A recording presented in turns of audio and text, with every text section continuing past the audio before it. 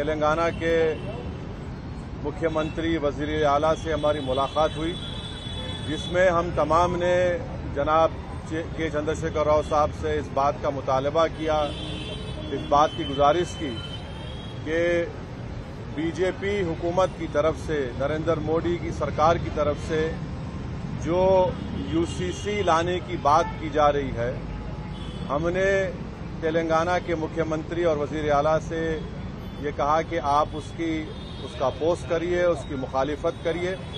हमने chief minister को इस बात का याद दिलाया कि पिछले 10 साल से तेलंगाना स्टेट में उनकी सरकार है, स्टेट में पीस बहुत स्ट्रांग हुआ है, अमन मजबूत हुआ है। हमने चीफ मिनिस्टर को और बीआरएस के प्रेसिडेंट को ये भी बात याद दिलाई है कि पूरे मुल्क में अगर किसी असेंबली में CAA NPR NRC के खिलाफ एक रेजोल्यूशन पास हुआ था, वो तेलंगाना के असेंबली में सबसे पहले हुआ था। और हमने चीफ मिनिस्टर को अपने रिप्रेजेंटेशन में ये बात दिलाई कि जब CAA का रेजोल्यूशन तेलंगाना में असेंबली में पास हो रहा था, तो उस वक्त बीआरएस की हुकूमत ने, सरकार ने उस रेजोल्यूशन में प्लुरलिज्म और सेकुलरिज्म की बात की।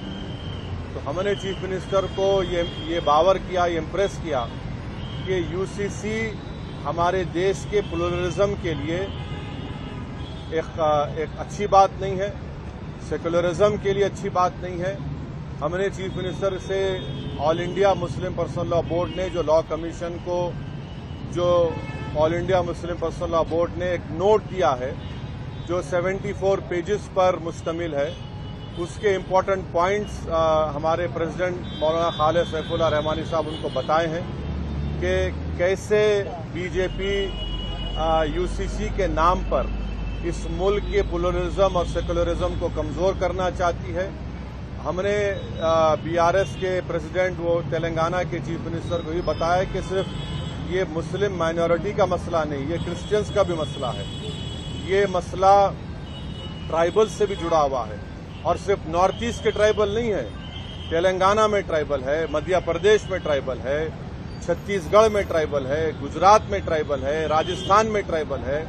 उनका कल्चर है और उसका तहफ़्फ़ुज़ करना। और ये सिर्फ ट्राइबल नहीं, बल्कि हमारे हिंदू भाइयों के लिए भी ये चीज़ अच्छी नहीं होगी, क्योंकि हिंदू अनडिवाइडेड फैमिली के तहत 3000 करोड़ का टैक्स रिबेट हमारे हिंदू भाइयों को मिलता है। 2015 के इनकम टैक्स के फिगर्स हैं। और अगर यूसीसी आएगा तो Hindu succession act, Hindu marriage act, ये तमाम चीजें खत्म हो जाएंगी। तो ये मुल्क के लिए ठीक नहीं है। हमारे मुल्क का प्लुरलिज्म हमारे मुल्क की खूबसूरती है, और भारत के प्रधानमंत्री को प्लुरलिज्म से एलर्जी है, वो प्लुरलिज्म को पसंद नहीं करते। हमने चीफ मिनिस्टर को के चंद्रशेखर राव के बताया कि भारत के प्रधानमंत्री बोलते कि एक घर में 2 कानून कैसे होगा। तो आज आप देखिए कि भारत के प्रधानमंत्री ने गलत कहा, मिसगाइड किया पूरे नेशन को। हमारे मुल्क में सीआरपीसी हर स्टेट में अलग है। हमारे मुल्क में 2 कानून है। अगर आप देखेंगे तो नागालैंड में सीआरपीसी का अभी तक इम्प्लीमेंटेशन नहीं हुआ। हमारे देश में अगर आप कोई बड़े बड़े मल्टीनेशनल कंपनीज है, उनका आर्बिट्रेशन की हमने सहूलत दी कि वो सिंगापुर जाकर आर्बिट्रेशन करा सकते। तो ये बात कहना प्रधानमंत्री का बिल्कुल गलत है। प्रधानमंत्री प्लुरलिज्म को पसंद नहीं करते। तो ट्राइबल का मसला है, सिर्फ नॉर्थ ईस्ट के ट्राइबल का नहीं है। अमित शाह अगर ये नागाज को बोल रहे हैं कि नहीं हम ट्राइबल्स को लॉ कमीशन एक्सेप्ट करेगा, तो फिर छत्तीसगढ़ के ट्राइबल का क्या होगा, तेलंगाना के ट्राइबल का क्या होगा, झारखंड के वो टेनेंसी लॉज का क्या होगा, छत्तीसगढ़ के ट्राइबल्स का क्या होगा। तो ये भारत की खूबसूरती, उसका प्लुरलिज्म है, उसकी डाइवर्सिटी है, जो आरएसएस और बीजेपी को पसंद नहीं आती है। तो इसलिए हम सीएम से बात किए और चीफ मिनिस्टर ने साफ और वाज़े अल्फाज में, in clear cut terms, chief minister ने कहा कि बीआरएस पार्टी यूसीसी का अपोज करेगी। बल्कि चीफ मिनिस्टर आगे बढ़ के ये बात कहे हैं कि वो लाइक माइंडेड पार्टी से भी बात करेंगे। हमसे भी कहा कि हम भी जाकर लाइक माइंडेड पार्टी से बात करें।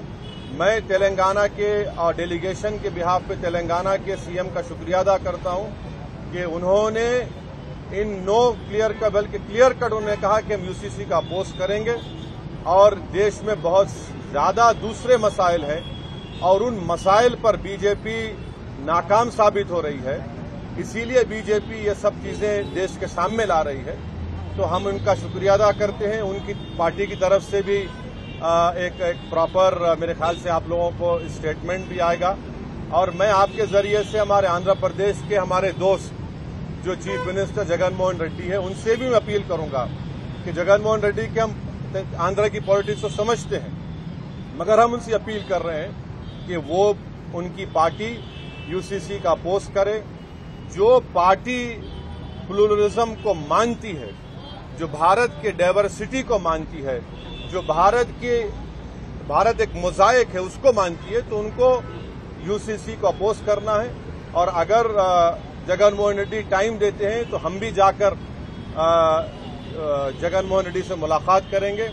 इस मीटिंग में और भी दूसरे इश्यूज भी उठे, माइनॉरिटी वेलफेयर के ताल्लुक से, ओवरसीज स्कॉलरशिप के ताल्लुक से, वक्फ प्रोटेक्शन के ताल्लुक से, ओल्ड सिटी में मेट्रो के ताल्लुक से, साथ ही साथ माइनॉरिटी फाइनेंस कॉरपोरेशन में जो लोन्स है, इंडिविजुअल लोन्स जो देना बंद किए हैं, तो चीफ मिनिस्टर ने कहा कि 4-5 दिन के अंदर वो एक 230 करोड़ रिलीज करेंगे, जिसमें ओवरसीज स्कॉलरशिप जो रुकी हुई है और दूसरे जो स्कीम्स है।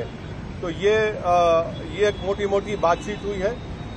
तो हम ये सेक्रेटेरिएट के मसाजिद को जल्द से जल्द और जो दूसरे रिलीजियस स्ट्रक्चर्स हैं वहां पर प्लेसेस हैं उसको भी खोला जाएगा और गच्चीबौली में जो इस्लामिक सेंटर है उसका भी काम शुरू होगा। ये बहुत से इश्यूज के ऊपर सीएम ने हमसे कम 1.5-2 घंटे बातचीत हुई है।